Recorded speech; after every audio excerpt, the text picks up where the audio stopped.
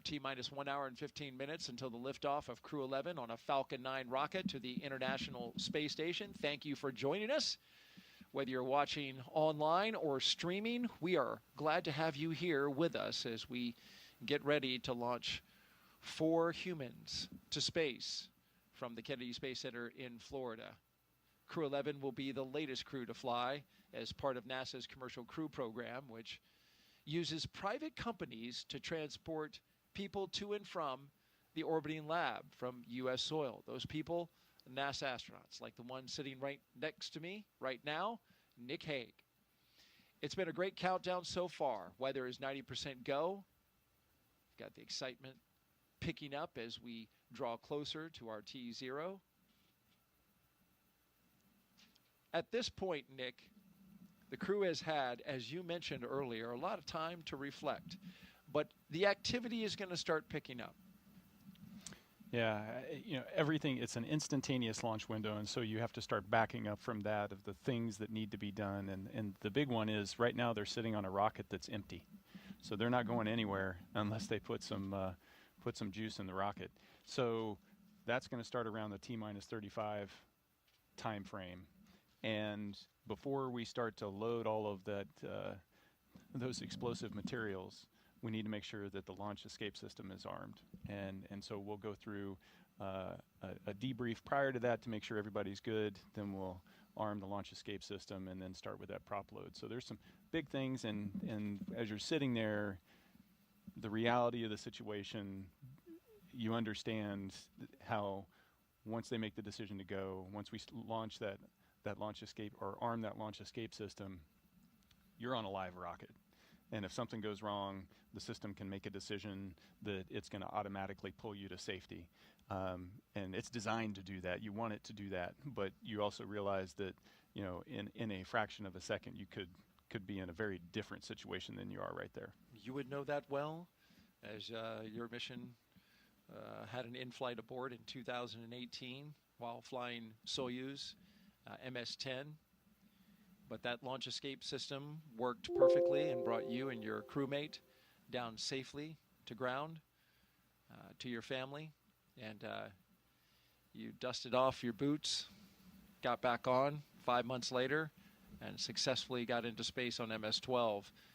So that launch escape system is a critical component to a successful mission. Absolutely, and we test them rigorously. And SpaceX did an in-flight. They've done pad abort tests. They've shaken this system out to make sure that when you need it, it'll be there for you. This will be a 38.8 hour transit from the ground here at Kennedy to docking to the International Space Station. So the crew that you see there, I hope they have some audiobooks and some movies. Well, that's a long time. There's an opportunity. There are 2 windows, and there's a heck of a view out there. No doubt. And but they're not going to spend 40 hours strapped into seats like that. After they get into orbit, once the nose cone opens and they're kind of clear of the second stage, the upper stage, they'll be able to unstrap off. They'll dry them out and put them away, and then they'll be essentially in. And it's a pretty comfortable, spacious place to hang out in, and they'll be camping in Dragon for 40 hours until they get to the station. A few hours before they get to the station, they'll have to get back in the configuration that you see them here, do their leak checks with the suits, all stuff very similar to actually getting in the capsule on the launch pad. Is it roomy in there? It doesn't look roomy from this shot, but I know there's a lot more to Dragon than what we're seeing right here. Yeah, it is quite roomy. There's a whole bunch of volume, and when you're in space, you think about floating, you think about volume and not necessarily surface area, and so the volume you don't see is above the displays. You can fit a couple people up in the space on the top of the screen that's off screen that you just can't see. And then down by the cargo underneath their feet, there's a whole bunch of space down there. So those footrests you can take off, kind of stuff them under the seats. It creates this nice big volume. You can pull out your food and your drinks. You can stick things to the walls. And, but it's like camping in a SUV. There's room, but you're still in an SUV. And you got to communicate, like, hey, excuse me, can I get over there, or can I get around you? And yeah, let me put up the privacy curtain. I have to use the restroom. You're looking at a live view of Crew 11 at Launch Complex 39A at the Kennedy Space Center in Florida. Stay right here. In just a few moments, we'll be expanding our live launch coverage.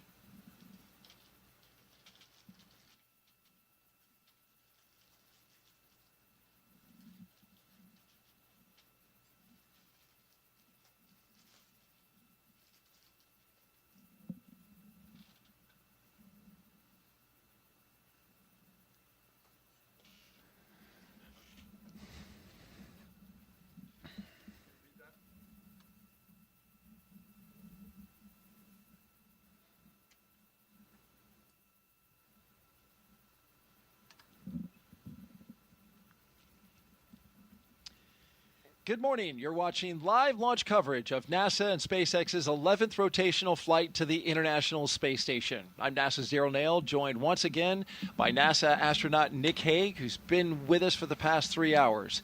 Liftoff is set for 12:09 p.m. Eastern Time from Launch Pad 39A here at the Kennedy Space Center.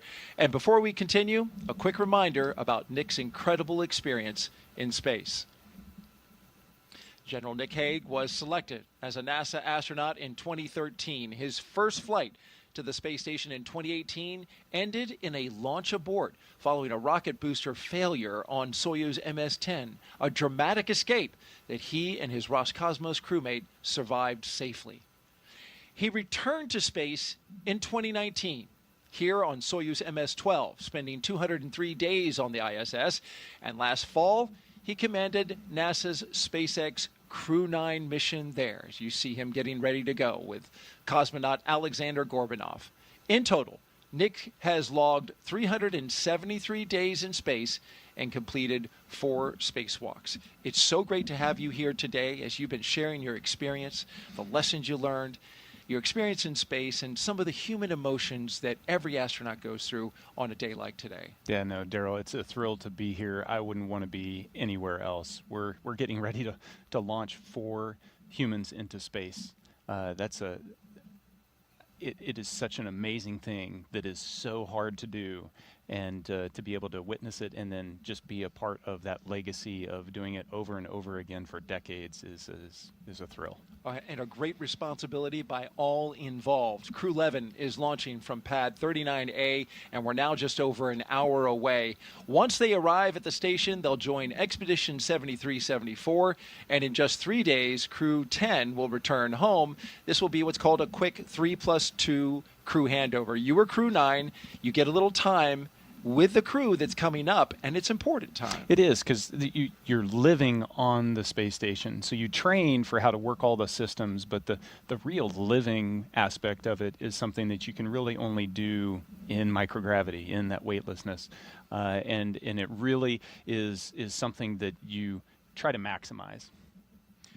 All right, let's take you through Crew 11's launch day preparations so far this morning. Nick Hague has been with us throughout. After waking up and grabbing a bite to eat, the crew suited up inside the historic crew quarters, a tradition that dates back decades. SpaceX teams helped them into their custom pressure suits, and just like there they are at the top of this rocket inside that Endeavour capsule, and they are awaiting the next big milestones, the fueling of the rocket and the arming of the launch escape system. Throughout the broadcast, we are taking your questions to Nick Hague. Just use the hashtag AskNASA on the platforms Facebook, YouTube, X, and Twitch. We really want to hear from you. So send us those questions. He's got answers, and he's got good ones. Also, if you're watching YouTube, be sure to refresh your player or browser so you can join our live chat. At this time, we are expanding our coverage to include our partners at SpaceX. So let's welcome in the SpaceX and NASA commentators joining us live from Hawthorne, California, home to the SpaceX mission team. Welcome aboard. Thanks, Daryl. So excited to be joining you and Nick Hague here and Joseph. I'm Somi Srivastava, a certification engineer here at SpaceX. And I'm Joseph Zakshevsky with NASA Communications, and you're absolutely right. It's a thrill to be here today and exciting to be joining you again from Mission Control here in Hawthorne as we count down to liftoff of Crew 11 just over an hour from now. Crew 11 is our 11th operational mission with SpaceX, flying astronauts for long-duration missions to the International Space Station, and the 12th as a part of NASA's commercial crew program with SpaceX. Crew 11 has 2 first-time flyers on board, as well as a veteran NASA astronaut and a veteran Japan Aerospace Exploration Agency, or JAXA astronaut, making their return to microgravity. The multinational crew also represents 3 different space agencies: NASA, JAXA, and Roscosmos. Today's crew will fly aboard Dragon Endeavour, which was the first operational Dragon to carry crew on board during SpaceX and NASA's Demo 2 mission in 2020 with astronauts Bob and Doug. Endeavour has been pretty busy since then, having also flown NASA's Crew 2 mission, AX-1, and NASA's Crew 6 and Crew 8 missions. This will be the first Dragon to fly 6 times. Overall, for the Dragon fleet, this will be Dragon's 49th visit to the space station and its 19th human spaceflight mission overall, and the 5th Dragon flight just this year. Now, over the last 3+ hours, Crew 11 has been going through all the detailed process of getting ready for their mission, as you've been following along with Nick and Daryl from the Cape to the International Space Station. So let's introduce you to the crew. In the commander's seat is NASA astronaut Zena Cardman, who will be conducting her first spaceflight. She holds a Master of Science in Marine Sciences from the University of North Carolina, Chapel Hill. Cardman has experience with NASA research in the Canadian High Arctic and has supported real-time station operations and lunar surface exploration planning. Now, to the next of Zena is going to be pilot Mike Fink, a veteran of 3 space flights. Fink has completed an impressive 9 spacewalks, totaling 48 hours and 37 minutes of the time spent outside the orbiting laboratory. And he's also spent a total of 382 days in space, and Fink is certified pilot for the Boeing Starliner, as well as SpaceX Crew Dragon, a part of the NASA's commercial crew program, as well as the co-pilot and flight engineer on Soyuz, and a mission specialist on the Space Shuttle, STS-134, that was Space Shuttle Endeavour, and fitting that he flies on Dragon Endeavour today. Serving as a mission specialist, or pardon me, Sonia, is serving as a mission specialist is going to be Japan Aerospace and JAXA astronaut Kimi Yui. Yeah, and today's flight will be Yui's 2nd trip to the space station. He was selected as an astronaut by JAXA in 2009 and has logged 142 days in space.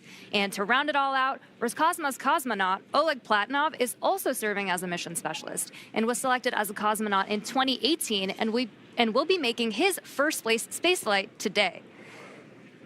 Now, as we get closer to 1 hour away from liftoff, let's take a look at what's going to be happening with Crew 11 once on board the International Space Station. Crew 11 will briefly become members of Expedition 73 and then Expedition 74 in the fall. Following departure of Soyuz MS-27 spacecraft, that's when the expeditions will change over, and that departure will feature NASA astronaut Johnny Kim.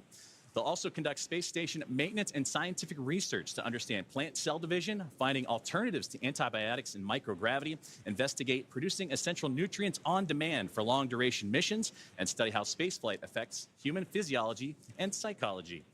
The crew will also engage with students worldwide via the ham radio and use its existing hardware with newly integrated software to test a backup lunar navigation solution. So as the crew continues to prepare, as does the team on the ground, let's check in with another member of our broadcast team, Ronnie, here with SpaceX for an update on all things on the rocket, the capsule, the crew, and more. Ronnie? Thanks so much, Joseph. I'm Ronnie Foreman, a senior sales manager, joining you today from the SpaceX Statics Desk. It continues to be a smooth countdown, and we are looking good for an on-time liftoff, which is at 12:09 p.m. Eastern Time from the historic Launch Complex 39A in Florida. Now, coming up here in just about 15 minutes, we're going to be listening in for our team to report our final readiness for propellant load with a final go, no-go poll.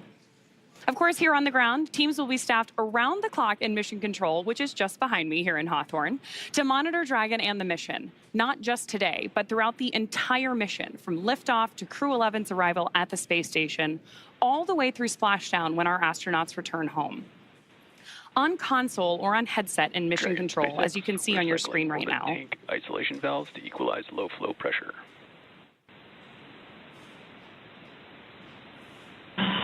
Dragon copy.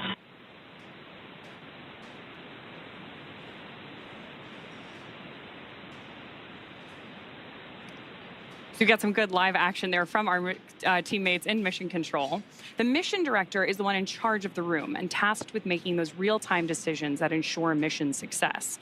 The person we just heard talking to the astronauts is the crew operations and resource engineer, who we'll refer to as the core throughout the broadcast. Our 4 additional team members are focused on vehicle systems, including avionics, navigation and control, software, propulsion, life support, and communication with ground support teams. Apart from Mission Control here, our Falcon 9 team is currently located in the Launch and Landing Control Center at Hangar X in Florida. So with less than an hour until launch, we are settling in for final checkouts, propellant loading, and launch. Back to you, Joseph. Thank you very much, Ronnie, and thank you for those updates as we are getting that live action in real time, and we'll continue to monitor those communications with the crew and everything surrounding Crew 11 and their launch here today. Now, NASA has its own team members at NASA's Mission Control Center in the International Space Station's Flight Control Room, and that's in Houston, Texas, where another teammate of ours for today's broadcast, Sandra Jones, you've heard from her earlier. That's where she's located and has been busy preparing the International Space Station for Dragon's arrival. Now, the team in Houston is currently working through their go, no goals and looking to confirm that the station is ready to receive Dragon Endeavour and the new crew. Now, following liftoff for the flight today, it's going to take about 39 hours, you've heard about phasing, so a good stair-step journey to get to the International Space Station with Dragon flying autonomously the entire way. Docking is targeted for the early morning hours on Saturday, August 2nd at 3 a.m. Eastern at 12 a.m. Pacific time. And just like autopilot on a commercial aircraft, the crew always has the ability to take manual control of the spacecraft if needed. We are now at T-minus 58 minutes and counting down to today's launch. While we wait, let's check in with NASA's Sandra Jones at the Johnson Space Center to see how things are shaping up at Mission Control in Houston. Sandra, how's it going over there? Tracking copies. Go for 4.100 set. We'll go. And welcome back to Mission Control Houston here at the Johnson Space Center in Houston, Texas. We are here in the hub of human spaceflight at NASA. The team here has pulled go for launch in the International Space Station, is ready for the crew to lift off as they begin their journey to the orbiting laboratory. At the time of launch, the space station will be traveling 260 miles over the South Pacific Ocean. In the home stretch of the rendezvous, NASA and SpaceX flight controllers will enter into what we call integrated operations, where both flight control teams will conduct a series of go, no-go polls for Dragon Endeavour's docking to the International Space Station. Rotational missions like Crew 11 help NASA continue to maximize the important research and technology demonstrations made possible only in the International